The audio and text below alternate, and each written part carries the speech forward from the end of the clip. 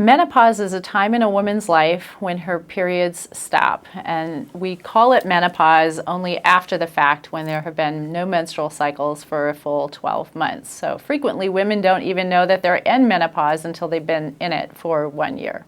The timing of menopause is variable. Anything after the age of 45 is considered normal, but the average age of menopause is around 51.4 years in the United States, and about 95% of women have gone through it by the age of 55. But it's highly variable for many women. Sometimes you can look and see what time, when your mother went through menopause, and it might correspond somewhat, but that's not a guarantee. When we think about menopause, we typically think of the hot flashes and the night sweats and the disrupted sleep, but there are other symptoms consistent with menopause as well. There can be mood changes. Women can feel like their moods are all over the place. They're a little more emotionally labile. They can be up 1 minute and down the next. Another common symptom of menopause that we're just starting to recognize is associated with menopause is joint aches. Certainly the sleep disturbances are significant in menopause, and it can be not only insomnia, but women are more at risk for other sleep disorders in menopause as well, such as obstructive sleep apnea and restless leg syndrome.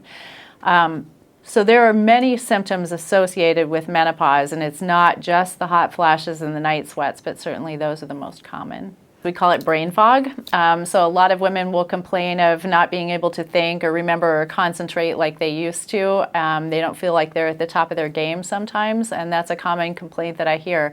Fortunately, we know that there are some memory issues right around menopause, but they do tend to resolve. So those are not permanent. Those seem to be part of the transition.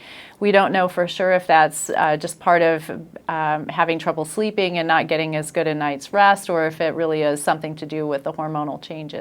There are so many different ways to manage symptoms now that we really can personalize or individualize menopause therapy. And it's not just one size fits all anymore. So some women will not need hormone therapy and in fact may not have much in the way of symptoms at all, and others may be absolutely miserable and benefit from some hormone therapy. There are many other non-hormonal options that are available for treatment as well. But no one gives you information about what to expect when you're going through menopause. So I think there was a gap in knowledge there, and I think this book serves to fill that gap and inform women what's happening and the options that they have and how to remain healthy in this last part of their lives, which is actually a long part of their lives. Women now live over a third of their lives in menopause.